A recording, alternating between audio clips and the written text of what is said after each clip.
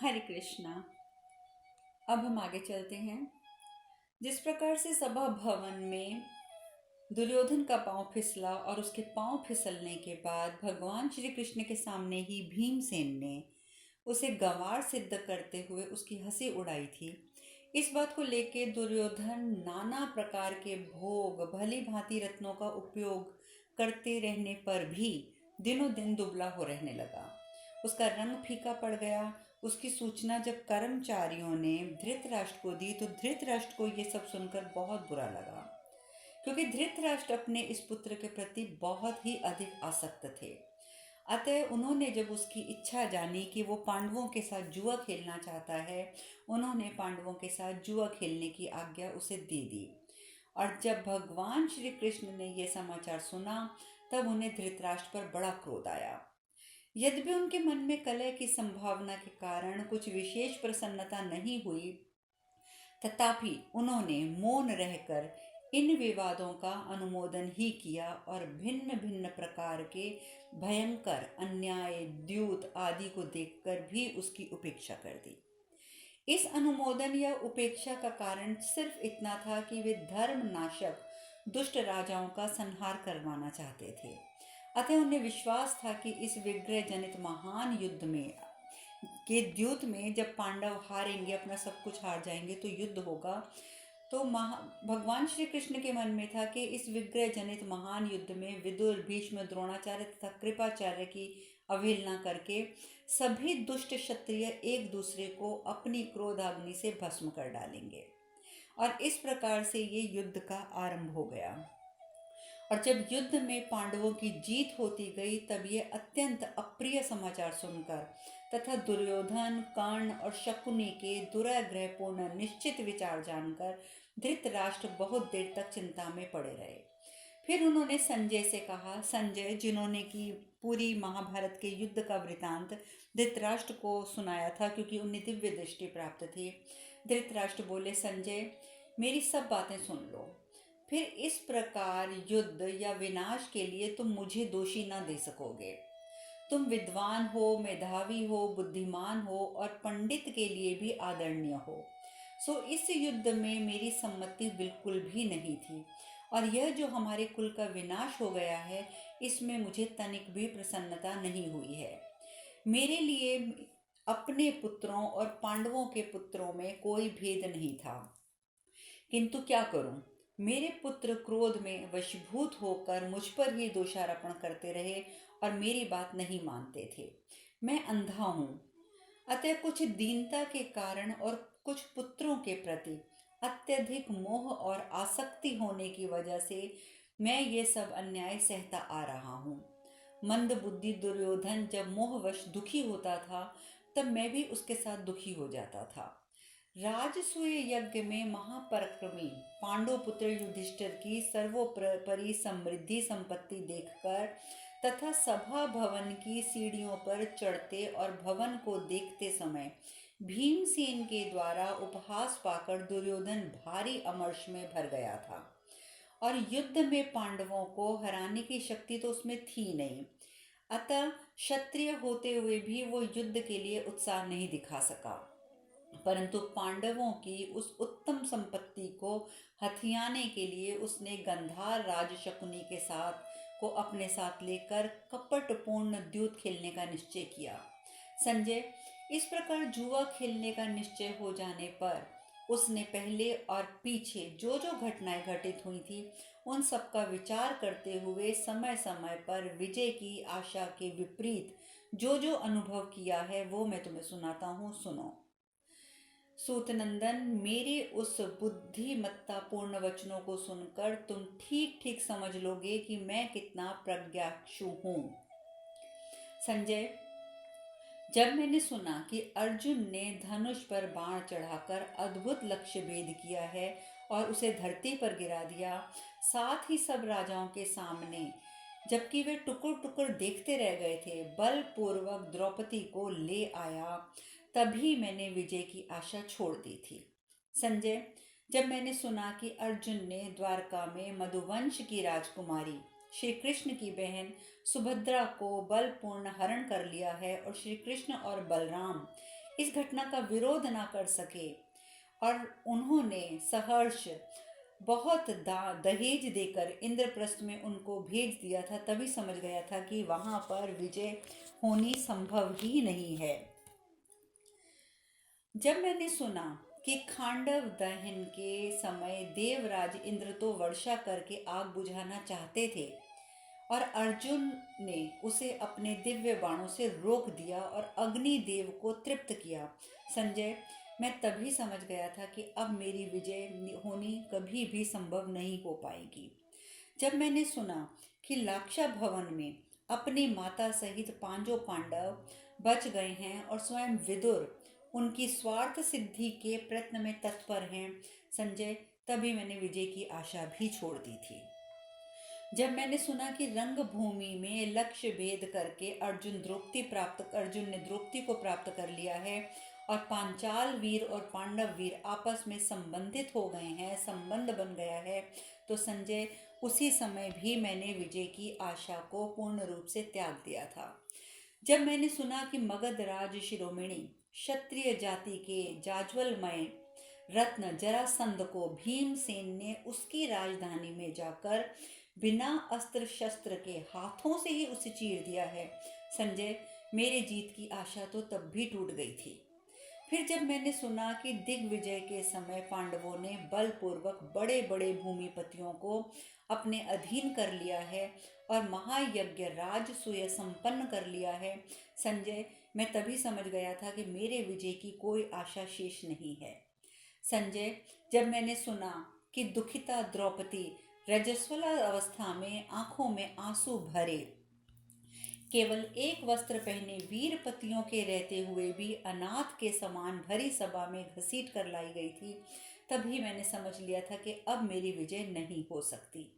जब मैंने सुना कि धूर्त और मंद बुद्धि दुशासन ने द्रौपदी का वस्त्र खींचा और वहां वस्त्रों का इतना ढेर लग गया कि जिसे पार वो ना पा सका, संजय, तभी से मुझे विजय की आशा नहीं रही थी। संजय, जब मैंने सुना कि धर्मराज युधिष्ठिर को जुए में शकुनि ने हरा दिया है, उनका राज्य छीन लिया है, फिर भी उनके अतुल बलशाली धीर गंभीर भाइयों ने युधिष्ठिर का ही अनुगमन किया, तब भी मैंने विजय की आशा छोड़ दी थी। जब मैंने सुना कि वन में जाते समय धर्मात्मा पांडव धर्मराज युधिष्ठिर ने प्रेमवश दुख पा रहे थे और उनके अपने हृदय का भाव प्रकाशित करने के लिए विविध प्रकार की चेष्टाएं कर रहे थे, संजय, तभी मेरी विजय की आशा नष्ट हो गई थी। जब मैंने सुना कि हजारों सनातक वनवासी युधिष्ठिर के साथ रह रहे हैं और वे एक दूसरे महात्मा एवं ब्राह्मण उनसे भिक्षा प्राप्त करते हैं, संजय, तभी मैं विजय के संबंध में निराश हो गया था। संजय, जब मैंने सुना कि किरात वेशधारी देव त्रिलोचन महादेव को युद्ध में संतुष्ट करके अर्जुन ने पशुपात नामक महान अस्त्र प्राप्त कर लिया है, तब मैंने विजय की आशा को बिल्कुल ही छोड़ दिया था। जब मैंने सुना कि वनवास में भी कुंती पुत्रों के पास पुरातन महर्षि गण पधारते हैं, उनसे मिलते हैं, उनके साथ उठते बैठते हैं, निवास करते हैं तथा सेवक संबंधी सहित पांडवों के प्रति उनका मैत्री भाव हो गया है, संजय, तभी से मुझे अपने पक्ष की विजय का विश्वास नहीं रह गया था। जब मैंने सुना कि सत्यसंध धनंजय अर्जुन स्वर्ग में गए हुए हैं और वहां साक्षात इंद्र से दिव्य अस्त्र शस्त्र की विधि पूर्वक शिक्षा प्राप्त कर रहे हैं और वहां उनके पौरुष एवं ब्रह्मचार्य आदि की प्रशंसा हो रही है, संजय, तभी से मेरी युद्ध में विजय की आशा जाती रही। जब मैंने सुना कि वरदान के प्रभाव से घमंड के नशे में चूर कालकेय तथा पुलोम जैसे असुरों को, जिन्हें बड़े बड़े देवता भी नहीं जीत सकते थे, अर्जुन ने बात की बात में पराजित कर दिया था, तभी से संजय मैंने विजय की आशा कभी भी नहीं की। मैंने जब सुना कि शत्रुओं का संहार करने वाले किरीट अर्जुन असुरों का वध करने के लिए गए थे और इंद्रलोक से अपना काम पूरा करके लौट आए हैं, संजय, मैं तभी समझ गया था कि अब मेरी जीत की कोई आशा नहीं है। जब मैंने सुना कि पांडु नंदन युधिष्ठिर महर्षि लोमश जी के साथ तीर्थ यात्रा कर रहे थे और लोमश जी के मुख से ही उन्होंने ये भी सुना कि स्वर्ग में अर्जुन को अभीष्ट वस्तु यानी कि दिव्यास्त्र की प्राप्ति हो गई है संजय। तभी से मैंने विजय की आशा छोड़ दी थी। जब मैंने सुना कि भीमसेन तथा दूसरे भाई उस देश में जाकर जहां मनुष्यों की गति नहीं है कुबेर के साथ मेल मिलाप करके आए हैं संजय, मैंने तभी विजय की आशा त्याग दी थी। जब मैंने सुना कि कर्ण की बुद्धि पर विश्वास करके चलने वाले मेरे पुत्र घोष यात्रा के निमित्त गए और गंधर्वों के हाथी बंदी बन गए थे और अर्जुन ने उन्हें उनसे छुड़वाया था संजय, तभी मैंने विजय की आशा छोड़ दी थी। आप सब जानते ही हैं कि जब अर्जुन ने इनको छुड़ाने के लिए गंधर्वराज गए थे तो गंधर्वों ने कर्ण को क्या, दुर्योधन को और सभी को बंदी बना लिया था। और भीमसेन और अर्जुन ने तो एक बार जब ये बात सुनी थी तो उन्होंने मना कर दिया था कि हम अपने इन भाइयों का साथ नहीं देंगे, क्योंकि जब इन भाइयों की वजह से आज वर्षों से हम वन वन भटक रहे हैं तो अब हम इनकी रक्षा के लिए क्यों जाएं। और उस समय धर्मराज युधिष्ठिर ने अपने अनुजों को, अपने छोटे भाइयों को ये समझाया था कि देखो, घर का जो झगड़ा है घर में ही निपट जाए तो वो अच्छा रहता है। हमारी तरफ से यही प्रयास रहना चाहिए कि हम एक ऐसा उदाहरण प्रस्तुत करें कि हम भाई 5 नहीं हैं, हम 105 हैं। और इसीलिए उन्होंने अपने भाइयों को अर्थात कि अर्जुन को और भीमसेन को ये आदेश दिया था कि तुम लोग जाओ और जाकर दुर्योधन और उसके भाइयों को मुक्त करा दो, क्योंकि संपूर्ण सृष्टि के सामने उदाहरण यही प्रस्तुत होना चाहिए कि हम 5 भाई बेशक 100 भाइयों से युद्ध कर सकते हैं, वो 100 भाई हैं, हम 5 हैं, तब भी कोई बात नहीं, अगर आवश्यकता पड़ेगी तो हम उनसे युद्ध कर लेंगे।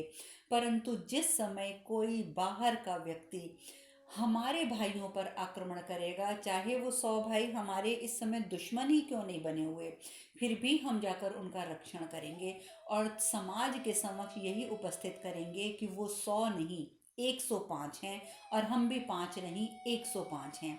और इस प्रकार से धर्मराज युधिष्ठिर के समझाने पर अर्जुन ने जाकर गंधर्वों के हाथों से बंदी बने हुए अपने कौरव भाइयों को छुड़ा लिया था। इसीलिए इस समय धृतराष्ट्र कहते हैं कि संजय, ये सब जानने के बाद मैंने विजय की आशा बिल्कुल त्याग दी थी। सूत संजय, जब मैंने सुना कि धर्मराज यक्ष का रूप धारण करके युधिष्ठिर से मिले और युधिष्ठिर ने उनके द्वारा पूछे गए गूढ़ प्रश्नों का ठीक ठीक समाधान कर दिया, तभी विजय के संबंधों में मेरी आशा टूट गई थी। संजय, विराट की राजधानी में गुप्त रूप से द्रौपदी के साथ 5 पांडव निवास कर रहे थे, परंतु मेरे पुत्र और उनके सहायक इस बात का पता नहीं लगा सके। जब मैंने ये बात भी सुनी तब मुझे ये निश्चय हो गया था कि हमारी विजय तो संभव है ही नहीं।